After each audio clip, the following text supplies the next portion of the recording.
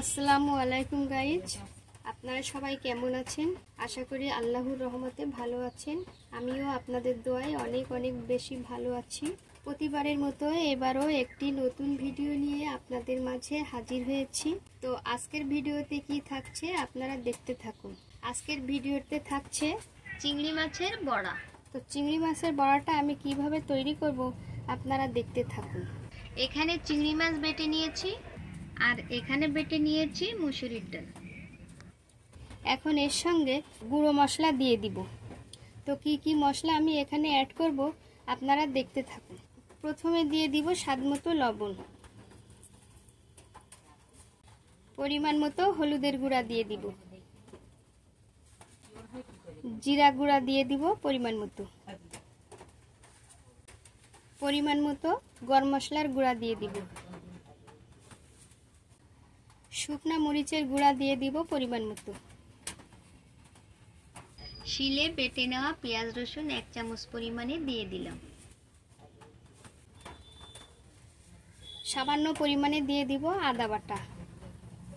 এইবার আমি সমস্ত উপকরণগুলো একসঙ্গে মেখে নেব গাইজ।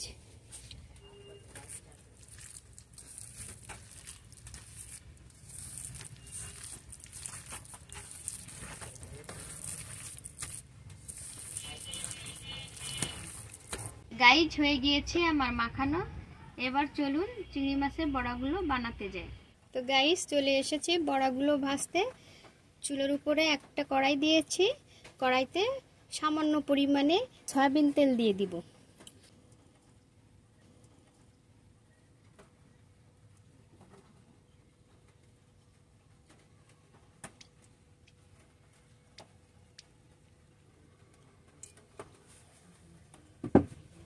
এবার চুলোটা অন করে দিব। সয়াবিন তেল গরম হয়ে গিয়েছে, এবার বড়া শেপগুলো দিয়ে দিব।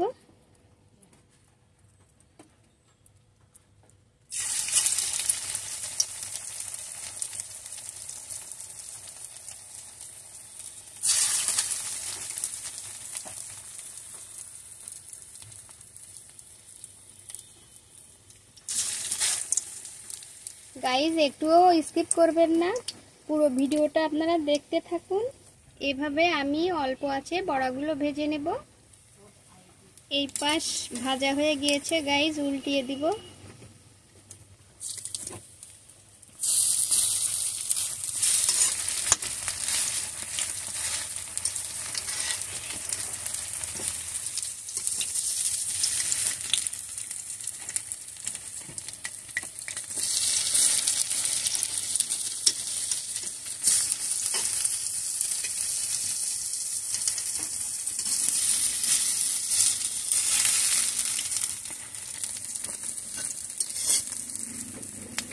বড়াগুলো আমার ভাজা হয়ে গিয়েছে গাইজ, এখন নামিয়ে নেব।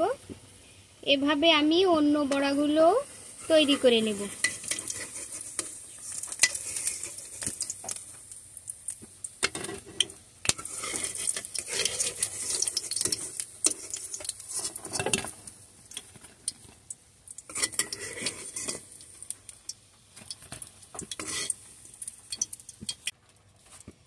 এভাবে আমি অন্য বড়াগুলো তৈরি করে নেব। দেখুন গাইজ কত সুন্দর হয়েছে।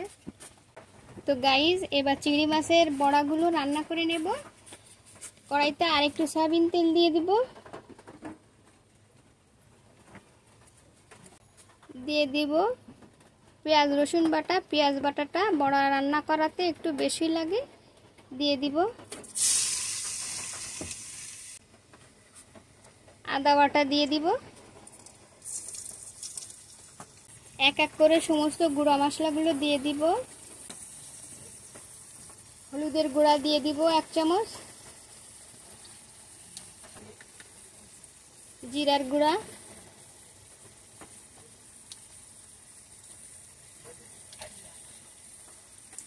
স্বাদ মতো লবণ, সামান্য পরিমাণে শুকনো মরিচের গুঁড়া দিয়ে দিব। ভালো করে নেড়ে চেড়ে নেব।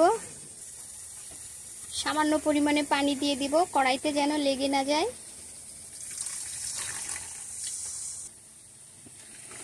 মশলাগুলো ভালো করে কষানো হয়ে গিয়েছে। এবার এর সঙ্গে গরম মশলার গুঁড়া দিয়ে দিব।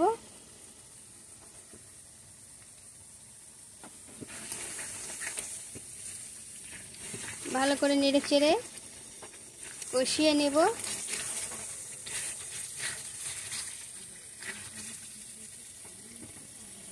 চিংড়ি মাছের বড়াতে স্বাদ আনার জন্য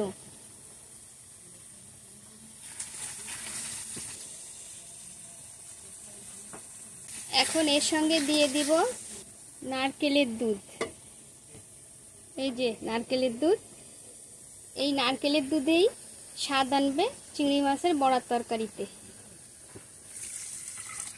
এই নারকেলের দুধটা আমি আগে থেকে জুস করে রেখেছিলাম, এখন দিয়ে দিলাম।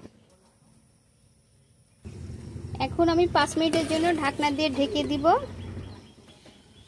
ঝোলটা যখন ফুটে আসবে তখন আমি চিংড়ি মাছের বড়াগুলো দিয়ে দিব।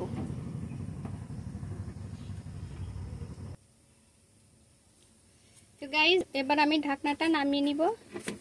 ঝোলটা ফুটে উঠেছে, কয়টা তেজপাতা দিয়ে দিব। এই গরম ঝোলে ভেজে রাখা চিংড়ি মাছের বড়াগুলো দিয়ে দিব। আস্তে আস্তে একটু নেড়ে দেব।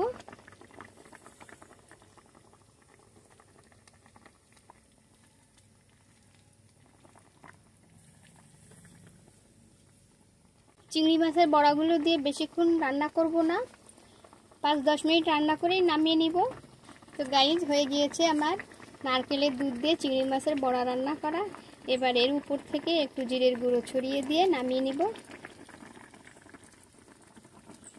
তো গাইজ, হয়ে গিয়েছে আমার দুর্দান্ত স্বাদের নারকেলের দুধ দিয়ে চিংড়ি মাছের বড়া। এই দেখুন, একটা বড়া আমি ভেঙে দেখাচ্ছি। এই দেখুন ভিতরটা কত সুন্দর জুচি হয়েছে, এই দেখুন। তো গাইজ, আমার এই ভিডিওটি যদি ভালো লেগে থাকে তাহলে সাবস্ক্রাইব করবেন, লাইক শেয়ার কমেন্ট করবেন। এখানেই শেষ করছি, ফিরে আসবো নতুন কোনো ভিডিও নিয়ে। সেই পর্যন্ত আপনারা ভালো থাকুন, সুস্থ থাকুন। আল্লাহ হাফেজ।